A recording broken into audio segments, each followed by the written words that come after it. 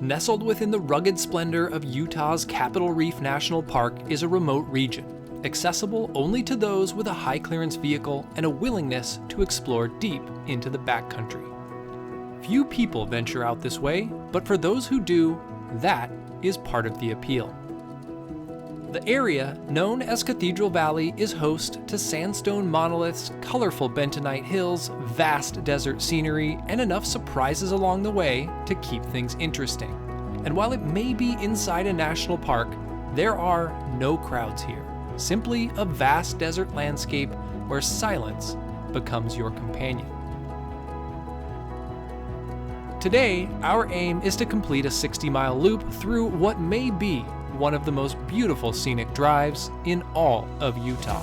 And as it turns out, it wouldn't take more than a few minutes before things got real interesting real fast. We just got out of the trucks and we're going to assess a water crossing, and it's right here. So let's see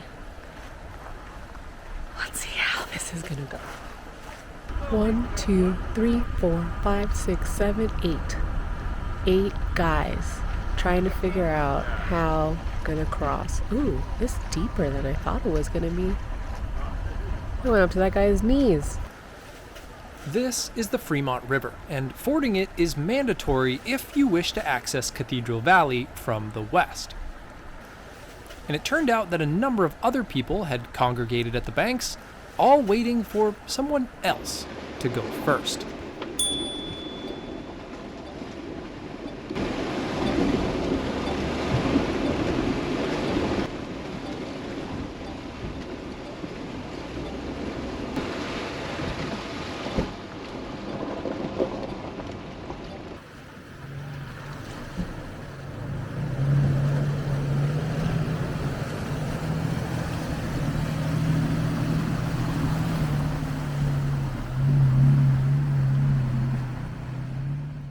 Easy peasy. That wasn't that bad, was it? Not bad at all. That was like maybe 15, 16 inches deep, so not bad. We're gonna hang out here. This RV wants to see if they can go through, this truck camper, I should say, and if they need any help, we'll give them some help. So, but they should get through just fine. I appreciate you guys waiting around.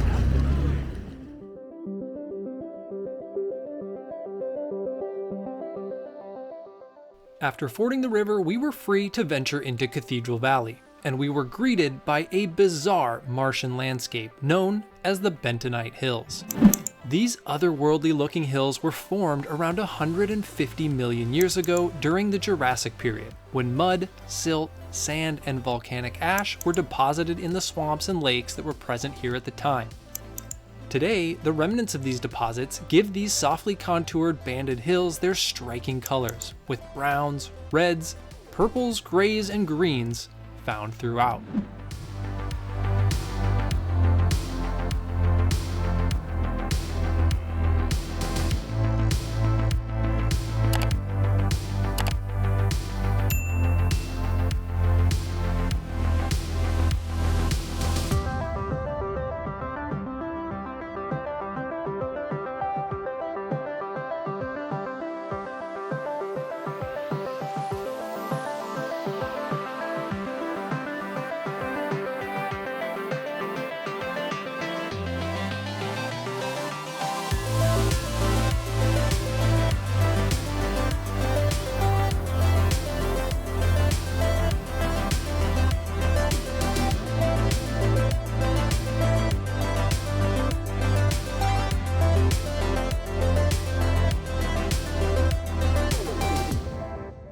We currently are at the lower South Desert Overlook, and these views are amazing.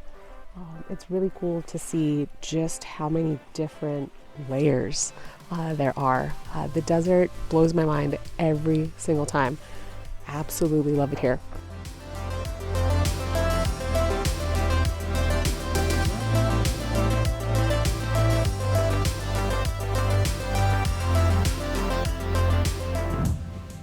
So Jeff, what were you just saying about the rock layers? They look like a shake from in and out. That's what I think. Or, I don't know if anyone remembers TCBY, but when I was a kid, I used to love to go to TCBY and make my own parfait. And I feel like that's kind of what nature's got going on here. They're making their own parfait. And that's my scientific opinion of what is happening with these rocks.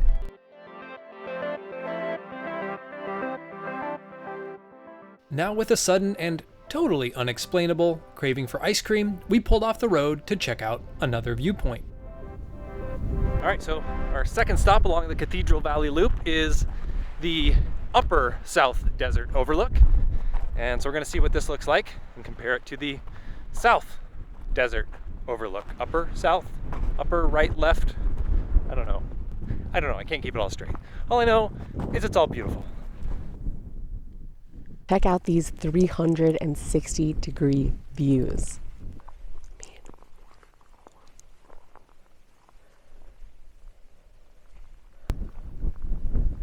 This is incredible.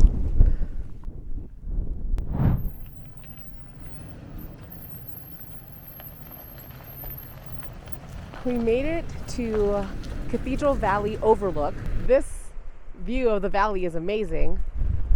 As you can tell, it's very windy here. So I think we'll only be here for a few minutes, and then we're gonna head back on the trail.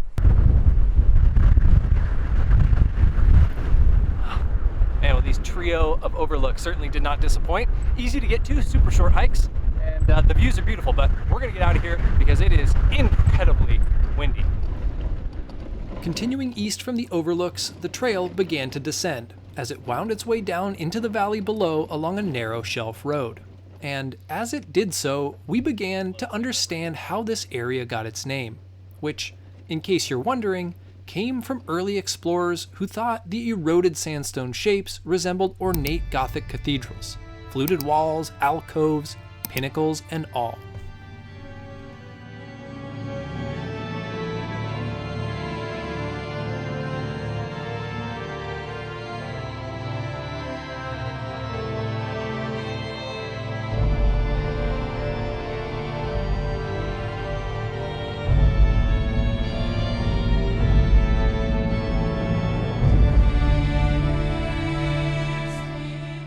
All right, so we made it to the Gypsum Sinkhole. I believe that's how you pronounce it. I'm afraid of heights. So this is as close to this sinkhole as I'm getting to, but it looks pretty deep in there. It's wild that stuff like this is in the middle of the desert. Much like the Bentonite Hills, this massive sinkhole's origins trace back to the Jurassic period, when evaporating seawater formed a large gypsum deposit here. Over time, the gypsum became buried until, at some point, it was dissolved by groundwater, which created a cavity underground, and eventually, the cavity collapsed under the weight of overlying rock layers. If weird geology is your thing, then this short detour is definitely worth a stop to check out. With interesting geologic features and beautiful vistas seemingly around every bend, Cathedral Valley was proving to be a place best explored at a leisurely pace. Not wanting to miss anything meant we had been making frequent stops, which in turn meant that we had fallen behind schedule and needed to make some miles. However, this didn't seem like much of a penalty, as even the scenery right along the road was undeniably spectacular.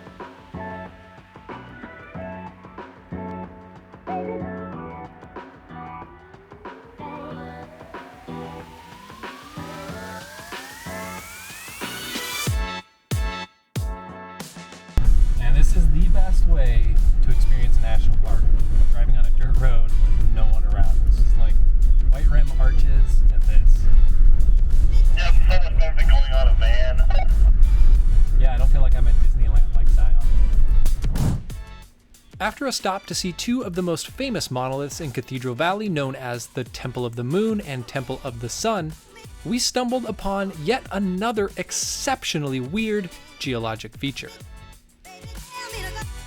Behind me right now might be the coolest thing that I've seen all day. This is called Glass Mountain, and it looks crazy, and the closer you get, the crazier it looks. And I'm sure that there's a really interesting story about how this formed that I don't know. So I'm gonna look it up, and then I'm gonna play some B-roll, and then I'm gonna tell you about it.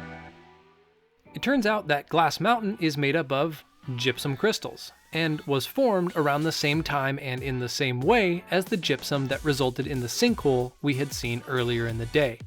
Very rarely do these gypsum deposits form domes like this one, with this dome being the only one found in Capitol Reef National Park.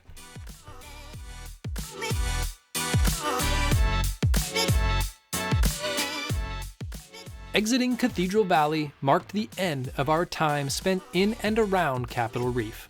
Exploring a national park along primitive roads far removed from crowds of people has quickly become one of our favorite things, and the ability to explore in this manner is one of the reasons Utah's national parks are so unique and so special.